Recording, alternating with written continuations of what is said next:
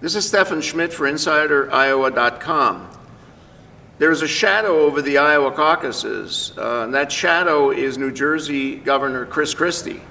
Apparently the Republicans still are not satisfied with the field of candidates, and that comes after Texas Governor Rick Perry has done poorly in presidential debates, and after one of the other contenders did very well in Florida. That's Mr. Kane, who is the former CEO of Godfathers, who won by large numbers the Florida straw poll. That has now produced what I would call another looking for the Messiah movement among the Republicans, who are thinking that the magic candidate who can win and defeat Barack Obama is New Jersey Governor Christie.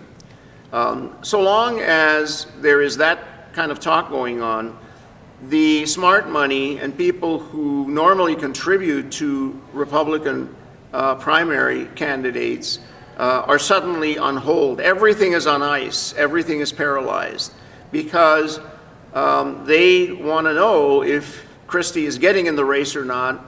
If he's not, then they will resume contributing to their favorite candidate among the field that exists right now. And that could be Rick Santorum, it could be Mitt Romney, it could be even Michelle Bachmann, who does not seem to be in good shape, or Ron Paul, or some of the others that are left, Mr. Huntsman, for example. And this is both exciting because everyone is speculating about whether the New Jersey governor will get in and what that will do to the race, but it's also really hurting, I think, the Republicans because they need to move fairly quickly. They need to move towards consolidating the field, winnowing it down, and then backing 1, 2, or 3 candidates. And we thought that process had happened when Rick Perry came in. He and Mitt Romney seemed to be the front runners, and now we're not so sure. So the problem that I see is that it is producing a kind of paralysis among the Republicans. And also, I'm not sure if Governor Christie has the background, personality, position on issues that would play very well with voters in Iowa, that would play very well with voters in New Hampshire, which is the second, in that case it's a primary. Mitt Romney is very strong there. And so one of the questions is not only that the shadow of Governor Christie has sort of slowed the entire process of the Iowa caucuses down, but also whether he actually is as, first of all, nominatable, if you want to call it that, whether he can get Republican activists to vote for him and get the nomination of the Republican Party.